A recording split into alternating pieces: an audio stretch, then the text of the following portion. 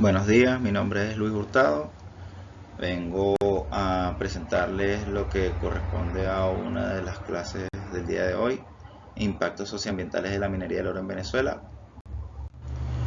Como antecedentes podemos decir que el periodo entre 1870 y 1913 estuvo caracterizado por una amplia movilidad internacional. Eso quiere decir que a propósito de la estandarización del patrón oro para esa época, se produce un boom de demanda o de procura de búsqueda de oro, y eso hace que los capitales internacionales extiendan sus requerimientos. Hay un aumento de la mano de obra y hay una mayor movilidad de recursos a nivel internacional. Eso hace que se demande mayor cantidad de oro, y eso obviamente empieza a generar la creación de dinámicas de minería, no solamente en Venezuela, sino en muchos lugares de Latinoamérica. En Venezuela se inicia lo que corresponde al auge del oro, conformándose así un nuevo subsistema llamado subsistema minero de oro, el cual tuvo un impacto intenso para el territorio a partir de 1980. Este proceso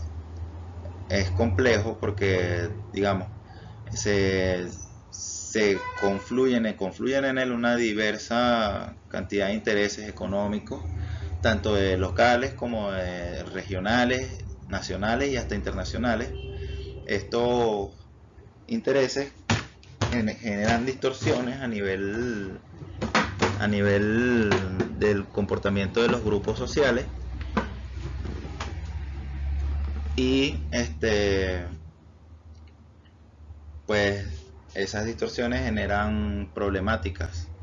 que se hacen en ciertos grados insostenibles, sobre todo a nivel ambiental, por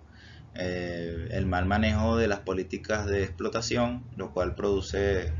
la degradación del suelo y de los espacios que pueden ser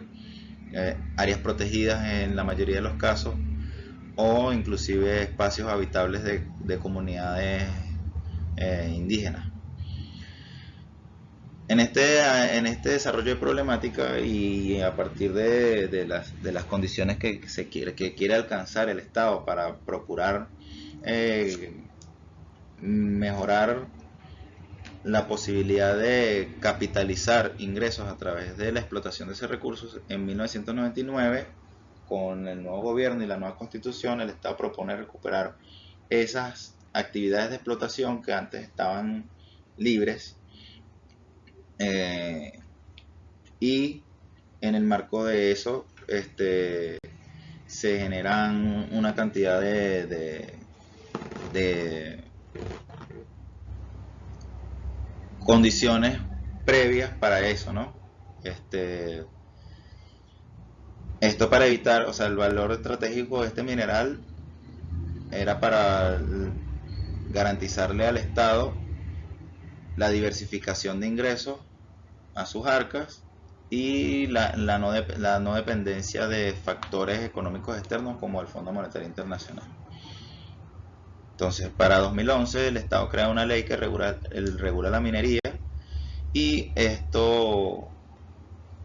es con el fin de aumentar las reservas internacionales y así invertir, ¿no? Con ello se crea el proyecto del Arco Minero del Orinoco. Seguimos acá y pues vemos ya a nivel de interacción socioeconómica cómo se producen las dinámicas de explotación del oro. Partiendo de la globalización como un elemento maximizador de las necesidades de este recurso o de estos recursos, se genera una necesidad de búsqueda, ¿no? Pero eh, también se empiezan a generar las contradicciones propias de las diferentes economías que hay, de las diferentes capacidades que tienen los países, entre los cuales se encuentra el nuestro, y obviamente empiezan a generarse las distorsiones que corresponden a eso, ¿no? Como existen a partir de la globalización nuevos paradigmas tecnoeconómicos, que son las distancias que existen entre la tecnología de los países que buscan estos recursos y los que los poseen, se genera un crecimiento proporcional de la desigualdad en términos de capacidad de respuesta, capacidad de producción, y crecimiento o desarrollo de la población del grupo social o de los grupos sociales que están en las zonas donde se produce la explotación de estas materias primas. Lo que hace una extensión y una intensificación de la pobreza, y obviamente para los países que son los que tienen estos recursos, pero que poseen una capacidad mermada en su posibilidad técnica para explotar estos recursos, se produce una llamada reprimarización de las economías, de la economía, es decir, una tendencia de esta misma economía por su misma deficiencia o capacidad de ser competitiva con otras que sí tienen más capacidad de explotación, independientemente del sitio donde se encuentren, a pesar de que tengan menor potencial de explotación. Esta otra zona, por tener mayores capacidades técnicas, tiene una mayor competitividad, lo que hace que la segunda se convierta solamente en una proveedora de materia prima. Esto produce una intensificación en búsqueda de esa mayor competitividad, pero como el uso de los equipos y técnicas que se usan en nuestro espacio son poco eficientes, poco fiables y hasta peligrosas, eso genera obviamente una pérdida de calidad y una pérdida de seguridad para los trabajadores. Adicional, que dichas técnicas,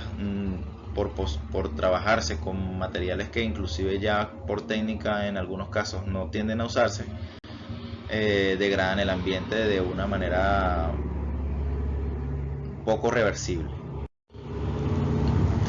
En la explotación del oro del sistema aurífero venezolano se complementan tres subsistemas. El sistema físico natural, que son las áreas donde se localizan los recursos y la relación entre las diferentes cuencas que contienen la flora y la fauna en esa localidad o región. El subsistema socionatural, que son las poblaciones nativas o las poblaciones que han vivido allí durante mucho tiempo, y el proceso que implica lo que el sistema requiere de esas poblaciones, que es el desplazamiento o alteraciones de sus condiciones iniciales para poderse producir. Y el subsistema económico minero, que correspondería al beneficio o a las aportaciones que esta explotación le daría a estas poblaciones nativas o asociadas en el área intervenida. Y un detalle que es uno de los que corresponde a la problemática que se sigue repitiendo en la explotación de las diferentes capacidades industriales que pueda tener nuestro país, que es el síndrome del enclave, que es la creación de un punto nodo desde el cual se explotan los minerales, pero con una única dirección, que es la de extracción. Es decir, más allá de ese proceso de extracción, no existe un proceso que genere un ciclo de mejora de las condiciones, valgas de la redundancia, de esas poblaciones que están allí, un beneficio a su entorno y una mejora en sus condiciones sociales y económicas. Digamos que es el mismo mal que se ha venido viviendo desde la colonia, que a eso nos referíamos con la reprimarización de la estructura económica o de la reprimarización de estos países que pueden producir este tipo de minerales o que tienen estos tipos de minerales. Acá podemos ver lo que corresponde a las zonas protegidas por INPARQUES, que son las zonas de protección forestal, y las zonas de exclusión propuestas por el gobierno para la explotación minera. Allí podemos notar en el mapa que no solamente se dedica o está propuesta esa zona para la extracción del mineral oro como tal, sino que hay otros minerales como lo son el diamante, la bauxita, el hierro, que ya ya era de por sí un mineral de extracción propuesto inicialmente en la zona de Bolívar, y el coltán como una de las tierras raras que también está generando mucho interés, ya que tanto el oro como el coltán y la bauxita son minerales que se usan para la producción de tecnología. Son las llamadas, bueno, el oro no tanto, pero sí el coltán es llamada una de las tierras llamadas tierras raras,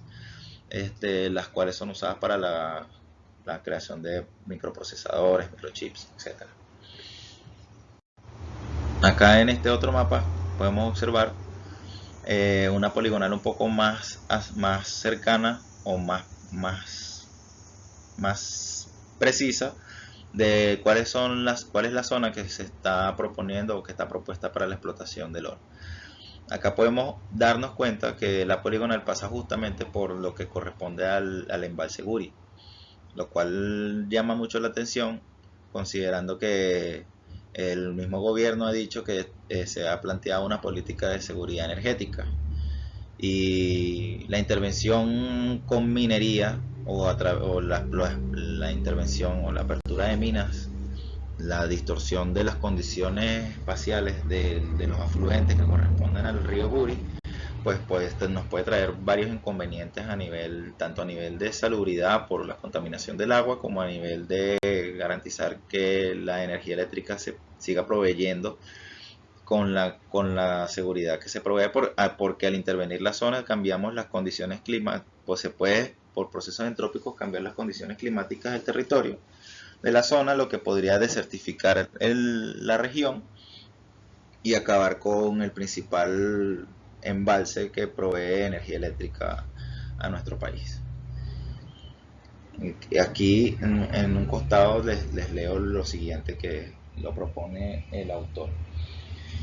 Desde un punto de vista termodinámico, puede afirmarse que la minería incrementa los niveles entrópicos de la región. Sus efectos no son puntuales ni de corto plazo por la minería y sus efectos, los cuales perdurarán por largos periodos de tiempo. Eso prácticamente es lo que les comentaba anteriormente. Se